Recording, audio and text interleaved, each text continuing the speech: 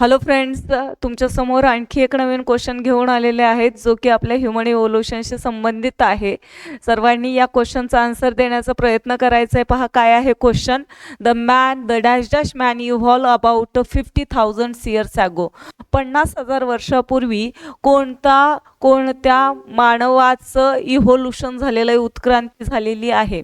Crow मॅग्नॉन मॅने, नेअँडरथालेस, जावा मॅने का Ramapithecus आहे. तर पहा याचा आन्सर काय असणार आहे.